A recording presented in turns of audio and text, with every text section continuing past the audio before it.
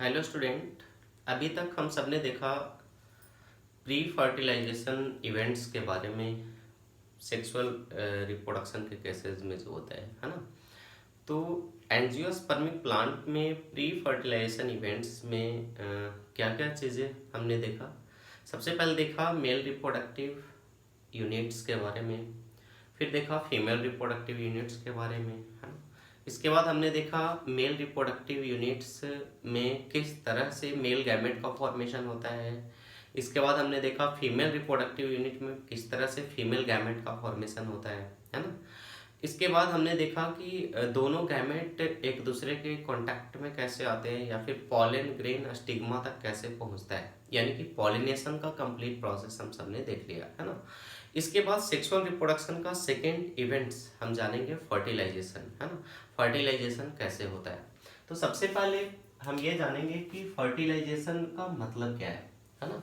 तो फर्टिलाइजेशन का मतलब होता है fusion of nucleus of sperm and ovum, है ना। यानी कि स्पर्म और ओवम के न्यूक्लियस का फ्यूजन क्या कहलाता है, फर्टिलाइजेशन। लेकिन कुछ केसेस में हम कह सकते हैं कि न्यूक्लियस का फ्यूजन भी फर्टिलाइजेशन कहलाता है, जैसे हम आगे समझेंगे कि वो क्या है ना। तो फर्टिलाइजेशन का मतलब सिर्फ ऐसा नहीं है कि स्पर्म और ओवम का फ्यूज हो जाना। हम इस केसेस में देखेंगे कि न्यूक्लियस का फ्यूज हो जाना भी फर्टिलाइजेशन कहला सकता है, या फिर उसको हम फर्टिलाइजेशन कह सकते हैं। तो फिलहाल ये फर्टिलाइजेशन की डिस्कवरी सबसे पहले किसने की थी, तो स्ट्रेसबर्गर ने सबसे पहले इसकी डिस्कवरी की थी, है ना। अब हमने देखा था अभी तक कि स्टिग्मा के ऊपर पॉलन ग्रेन पहुंच चुका था, चाहे वो किसी एजेंट के थ्रू पहुंचे या वाटर के थ्रू पहुंचे या एयर के थ्रू पहुंचे या सेल्फ पॉलिनेशन हो किसी भी तरीके से, है ना। तो पॉलिनेशन होने से क्या हुआ, स्टिग्मा तक पॉलन ग्रेन पहुंच गया, है ना। जैसे हम एक कॉमन इसको समझते हैं, सपोज मान लीजिए कोई इंसेक्ट किसी प्लांट के फ्लावर के ऊपर है, किसी भी पर्पस से हो, चाहे वो ब्राइट कलर के पर्पस से हो, चाहे वो नेक्टर के पर्पस से हो या स्मेल के पर्पस से हो, है ना। और वो दूसरे प्लांट के स्टिग्मा, दूसरे प्लांट के फ्लावर तक वहां से उड़कर आती है ना। और मान लीजिए कि पहले जिस फ्लावर पे वो बैठी हुई थी वो फ्लावर किसी चिली प्लांट का फ्लावर था, है ना। और फिर उससे उड़कर वो किसी लेडीज फिंगर के फ्लावर तक पहुंची, है ना। तो यहाँ पर लेडीज फिंगर का फ्लावर का जो स्टिग्मा होगा, है ना, उस स्टिग्मा के ऊपर पॉलन ग्रेन किसका पहुंचेगा, चिली फ्लावर का, मिर्च के फ्लावर का पॉलन ग्रेन पहुंचेगा, है ना। तो ऐसे केसेस में क्या होगा, क्या ये पॉलन ग्रेन जर्मिनेट होना स्टार्ट हो जाएगा, है ना। तो इस चीज को हम समझते हैं, इस चीज को हम समझने के लिए यहाँ पर एक हेडिंग देखा हमने, पॉलन पिस्टिल इंटरेक्शन, है ना। तो सबसे पहले ये समझना है कि पॉलन पिस्टिल इंटरेक्शन का मतलब क्या है। तो पॉलन का मतलब पॉलन ग्रेन, पिस्टिल का मतलब आप समझ रहे हैं फ्लावर में फीमेल रिप्रोडक्टिव यूनिट, और इंटरेक्शंस का मतलब दोनों के बीच क्या होता है ना। तो यहाँ पर आप देखेंगे कि अगर पॉलन ग्रेन सेम स्पीसीज का है तब तो ये जर्मिनेट होगा, आगे के प्रोसेसेस कंप्लीट होंगे। लेकिन अगर डिफरेंट स्पीसीज का है तब क्या होगा, तब स्टिग्मा इस पॉलन ग्रेन को रिजेक्ट कर देगी, है ना। तो ये समझते हैं कि अगर सेम स्पीसीज का पॉलन ग्रेन स्टिग्मा पर पहुंचता है तब क्या होता है ना। In case of different species stigma will reject the pollen grain and next process is like germination of pollen grain, formation of male gamete, then it will not be completed, है ना। बट अगर same species का है तब क्या होगा, है ना। तो सबसे पहले आइडेंटिफिकेशन, यानी कि स्टिग्मा उसको आइडेंटिफाई करेगा कि वो सेम स्पीसीज का है या डिफरेंट स्पीसीज का। अगर सेम स्पीसीज का हुआ तब क्या होगा, आगे पहले इसको समझते हैं। तो सबसे पहले क्या होगा इसमें, आइडेंटिफिकेशन, यानी कि स्टिग्मा इसको आइडेंटिफाई करेगा कि पॉलन ग्रेन सेम स्पीसीज का है या नहीं, है ना। इसके बाद क्या होता है, तो थोड़ा एक फिगर से हम समझते हैं इसको। जैसे मान लीजिए कि इस तरह से ये स्टिग्मा है ना, और इस स्टिग्मा के ऊपर कोई पॉलन ग्रेन पहुंचता है ना। तो पॉलन ग्रेन आपको पता है ये दो लेयर से प्रोटेक्टेड होता है, एक्साइल और इंटाइन, है ना। तो एक्साइल जो होता है वो थिक लेयर होता है और इंटाइन थिन। इसके अलावा एक्साइल आउटर कवरिंग बनाता है और इंटाइन इनर कवरिंग बनाता है। आपको ये भी पता है कि पॉलन ग्रेन में कुछ जगह पर आउटर लेयर यानी कि एक्साइल जो है वो अब्सेंट होता है या काफी पतला होता है ना। और उस जगह को हम कहते हैं जर्म पोर। क्लियर। तो जैसे ही ये पॉलन ग्रेन स्टिग्मा के कांटेक्ट में आता है, कांटेक्ट में आने के बाद क्या होगा, ये स्टिग्मा सिक्रीट करेगा इस जगह पर क्या चीज, इस जगह पर ये सिक्रीट करेगा वाटर और शुगर। क्लियर है ना। तो स्टिग्मा सिक्रीट करता है वाटर एंड शुगर, है ना।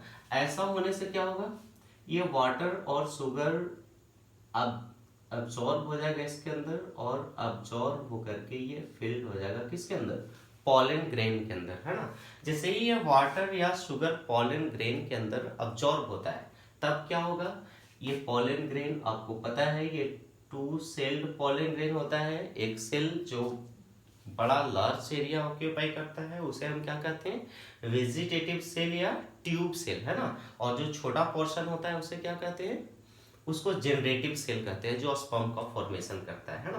तो ये जो ट्यूब सेल है, जब इसमें वाटर या शुगर फिल्ड हो जाता है तो ये ट्यूब सेल क्या करता है, ये जर्मिनेट होता है इस तरीके से, है ना। माइक्रोपाइल वाले रीजन से ये जर्मिनेट होना स्टार्ट होता है और जर्मिनेट होकर किसका फॉर्मेशन करता है, ये जर्मिनेट होकर पॉलन ट्यूब का फॉर्मेशन करता है। क्लियर। तो सबसे पहले हमें ये समझना है कि पॉलन पेस्टिल इंटरेक्शंस में क्या हुआ, पहले स्टिग्मा आइडेंटिफाई करता है पॉलन ग्रेन का कि वो सेम स्पीसीज का है या डिफरेंट स्पीसीज का। अगर डिफरेंट स्पीसीज का है तो उसे रिजेक्ट कर देगी, अगर सेम स्पीसीज का है तब ये आगे के प्रोसेसेस कंप्लीट होंगे, है ना। जब ये सेम स्पीसीज का है तब आगे क्या स्टार्ट होता है, स्टिग्मा सेक्रेट करना स्टार्ट करता है क्या चीज, वाटर और शुगर, है ना। और ये वाटर और शुगर क्या होता है, जर्म पोर वाले एरिया से या उस जगह से जहां पर एक्साइन एब्सेंट होता है उससे ये अब्जॉर्ब होकर के पॉलन ग्रेन के अंदर चले जाते हैं। जब पॉलन ग्रेन के अंदर इसकी क्वांटिटी बढ़ जाती है तब उसी जर्म पोर वाले हिस्से से क्या होता है, पॉलन ट्यूब का फॉर्मेशन होता है। देखिए अब ध्यान दीजिए, ये हो गया secretion of H2O and sugar. इसके बाद जर्मिनेशन ऑफ पॉलन ग्रेन यानी कि पॉलन ग्रेन जर्मिनेट होगा, कहाँ से होगा, जर्म पोर से। अब देखिए मैंने बताया था कि पॉलन ग्रेन में कई लोकेशंस ऐसे हो सकते हैं जहां पर आउटर लेयर यानी कि एक्साइन एब्सेंट होता है ना। अब ये एक्साइन एब्सेंट है उसको कह रहे हैं पॉलन जर्म पोर। अब देखिए मान लीजिए कि यहाँ से जर्म पोर है और इससे ये पॉलन ट्यूब का फॉर्मेशन हुआ, यहाँ पर भी आउटर लेयर यानी कि एक्साइन एब्सेंट है तो ये भी जर्म पोर है, यहाँ से पॉलन ट्यूब बन सकता है, यहाँ से पॉलन ट्यूब बन सकता है। अब समझिए अगर एक पॉलन ट्यूब का फॉर्मेशन होता है, क्लियर, कितने पॉलन ट्यूब, एक सिंगल पॉलन ट्यूब का अगर फॉर्मेशन हो रहा है पॉलन ग्रेन से तब हम इसे क्या कहेंगे, इसे कहेंगे मोनोसिफोनस, है ना। तो मोनोसिफोनस का मतलब क्या हुआ, formation of single pollen tube from pollen grain, है ना। और अगर एक से ज्यादा बनता है तब हम इसे क्या कहेंगे, इसे कहेंगे पॉलीसिफोनस। दोनों क्लियर हो रहा है, मोनोसिफोनस और पॉलीसिफोनस। मोनोसिफोनस में क्या होगा, पॉलन ग्रेन से सिर्फ एक पॉलन ट्यूब का फॉर्मेशन होगा और पॉलीसिफोनस के केसेस में एक से ज्यादा पॉलन ट्यूब बन सकते हैं, है ना। अब बनने के बाद क्या होगा, ये पॉलन ट्यूब ग्रो करेगा, क्लियर है। अब जब ये ग्रो करेगा पॉलन ट्यूब तो ग्रो करने के बाद ये कहाँ जाएगा इसको समझना है। तो थोड़ा सा इसके स्ट्रक्चर को हम और नीचे ले जाते हैं, क्लियर। इस तरह से इसके बेस पे क्या होगा, ये होगा ओवरी, क्लियर। और इसी ओवरी में क्या है, ओव्यूल,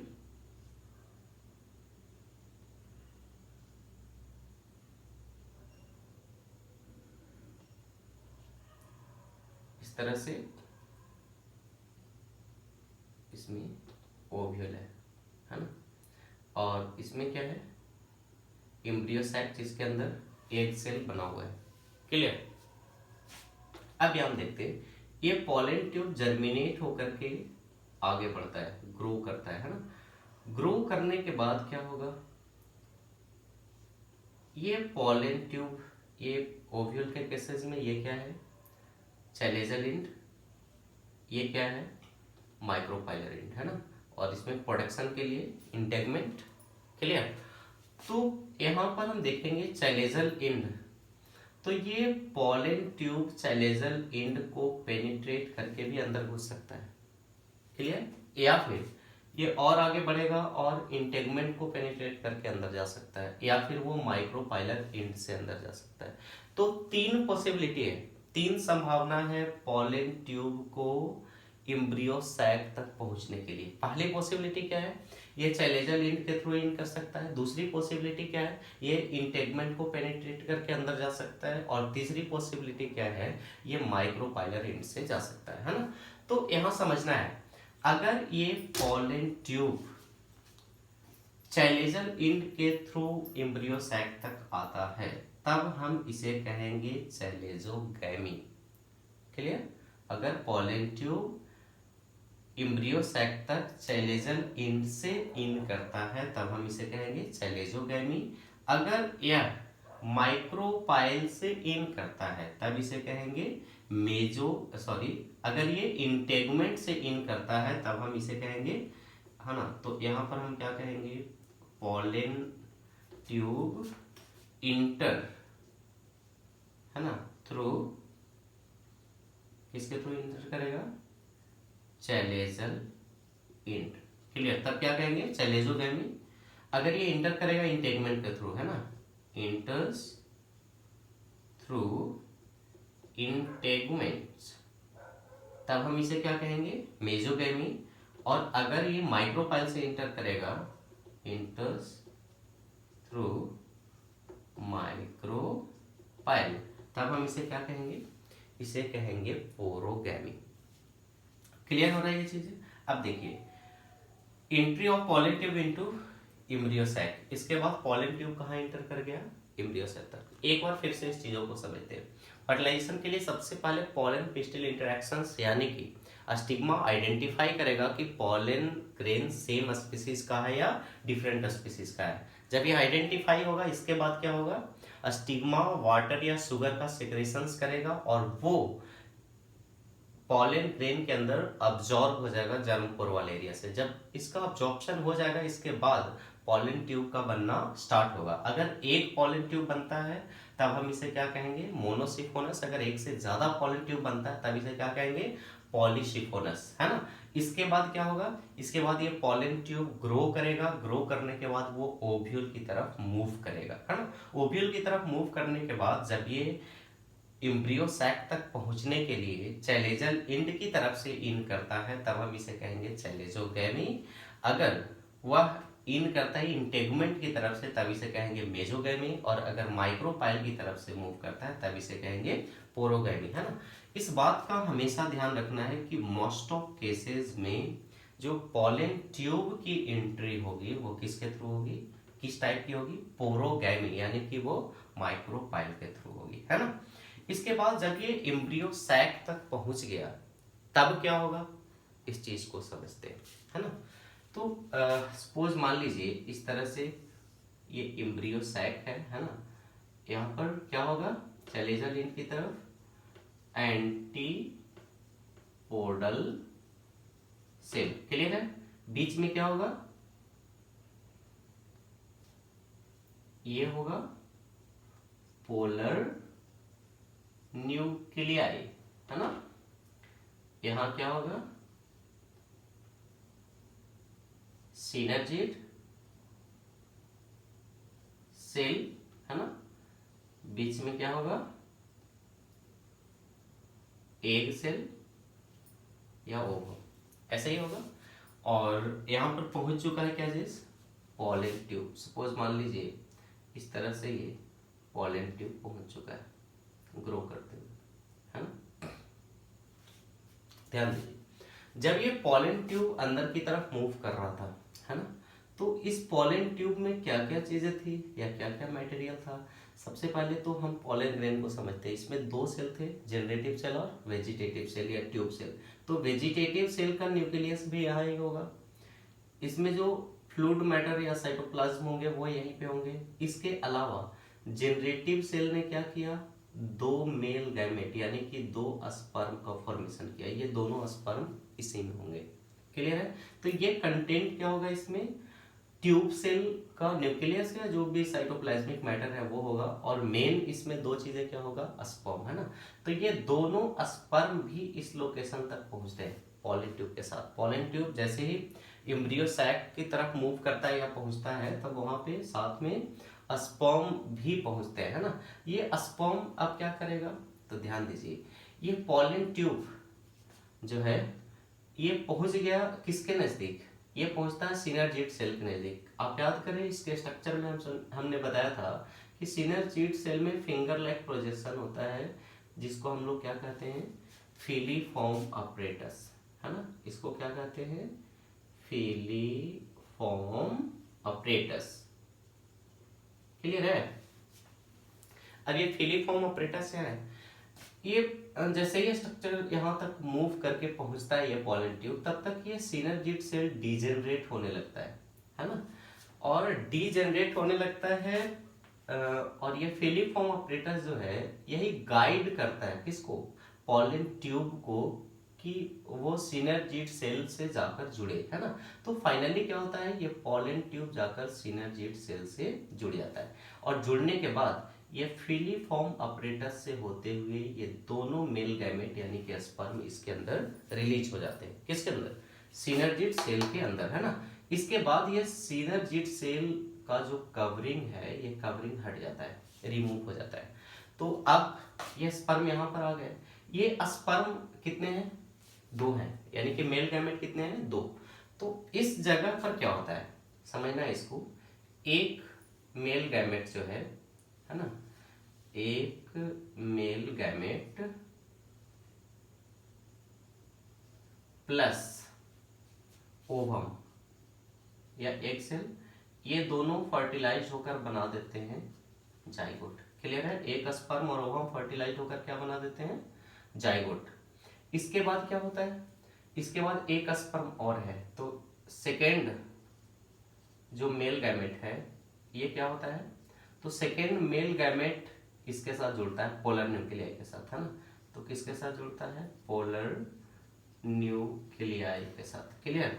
और इससे क्या बना देता है, ये बना देता है प्राइमरी इंडोस्पर्म न्यूक्लियस, है ना। इसको कह सकते हैं प्राइमरी इंडोस्पर्म न्यूक्लियस। क्लियर? तो इस तरह से आपने क्या देखा कि जो स्पर्म रिलीज हुआ सिनर्जिड सेल के अंदर, उसमें से एक स्पर्म जुड़ गया ओवम के साथ और बनाया क्या चीज, जाइगोट, और दूसरा स्पर्म जुड़ गया पोलर न्यूक्लियाई के साथ और ये बनाया प्राइमरी इंडोस्पर्म न्यूक्लियस। तो यहाँ पे समझना है मेल गैमेट का फ्लूइडी क्या था, ये भी एन था, ये भी एन, और बन गया क्या चीज, 2n। क्लियर? इस केसेस में क्या है, तो एक मेल गैमेट है, इसमें n, पोलर न्यूक्लियाई में कितने न्यूक्लियस हैं, दो न्यूक्लियस, तो n प्लस n, है ना।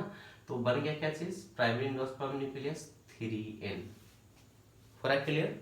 तो प्राइमरी इंडोस्पर्म न्यूक्लियस जो होता है वो न्यूट्रिटिव टिश्यू है एक्चुअली, है ना। सॉरी, प्राइमरी इंडोस्पर्म न्यूक्लियस जो है वो न्यूक्लियस है जो बाद में प्राइमरी इंडोस्पर्म सेल बनेगा और उससे इंडोस्पर्म बनेंगे जो न्यूट्रिटिव टिश्यू होंगे, है ना। फिलहाल ये जो न्यूक्लियस बन के तैयार हुआ ये कैसा है, 3n है ना।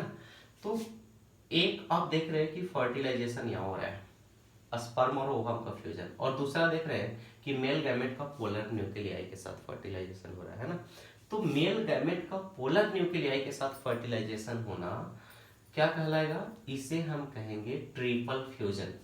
क्लियर है? इसे क्या कहेंगे हम, ट्रिपल फ्यूजन, है ना। तो ट्रिपल फ्यूजन में क्या हो रहा है, इसमें आप देख रहे हैं कि एक मेल गैमेट और पोलर न्यूक्लियाई का दो न्यूक्लियस एक दूसरे के साथ फ्यूज हो रहा है, तब हम इसे कहेंगे ट्रिपल फ्यूजन, है ना। दूसरे केसेस में क्या हो रहा है, एक मेल गैमेट और एक ओवम जुड़ रहा है, तो इसे कहेंगे फर्टिलाइजेशन, फर्टिलाइजेशन, है ना। तो ट्रिपल फ्यूजन मीन्स 3 न्यूक्लियस का फ्यूजन, क्लियर। और फर्टिलाइजेशन का मतलब स्पर्म और ओवम का जुड़ना आपस में। लेकिन ये दोनों को हम कलेक्टिवली क्या कहेंगे, तो ये दोनों को कहेंगे कलेक्टिवली डबल फर्टिलाइजेशन। क्लियर हो रहा है। तो यहाँ पर हमने दो चीजें क्लियर किया, दो इंपॉर्टेंट चीजें। सबसे पहले ट्रिपल फ्यूजन और डबल फर्टिलाइजेशन। तो double fertilization and triple fusion is actually characteristics feature of angiosperms. ये एंजियोस्पर्म का कैरेक्टर है, किसमें ट्रिपल फ्यूजन होता है या डबल फर्टिलाइजेशन होता है। तो ये चीजें आप सबने देख लिया, है ना। अब डबल फर्टिलाइजेशन या ट्रिपल फ्यूजन के बाद क्या होगा, क्लियर। तो इसके बाद जो भी इवेंट्स होंगे हम उसे कलेक्टिवली क्या कहेंगे, पोस्ट फर्टिलाइजेशन इवेंट्स। तो अभी तक हमने क्या क्लियर कर लिया, प्री फर्टिलाइजेशन इवेंट्स में हर इवेंट्स के बारे में डिटेल से देखा कि उसमें क्या होता है। इसके बाद फर्टिलाइजेशन के बारे में हम सबने डिटेल से देखा कि कैसे इसमें स्पर्म और ओवम फ्यूज होते हैं या फिर स्पर्म पोलर न्यूक्लियाई के साथ फ्यूज होते हैं, है ना। तो आज के लेक्चर में बस इतना ही। इसके बाद वाले लेक्चर में हम जानेंगे डिटेल से कि डबल फर्टिलाइजेशन और ट्रिपल फ्यूजन के बाद क्या होता है, किस तरह के इवेंट्स होते हैं, है ना। Thank you.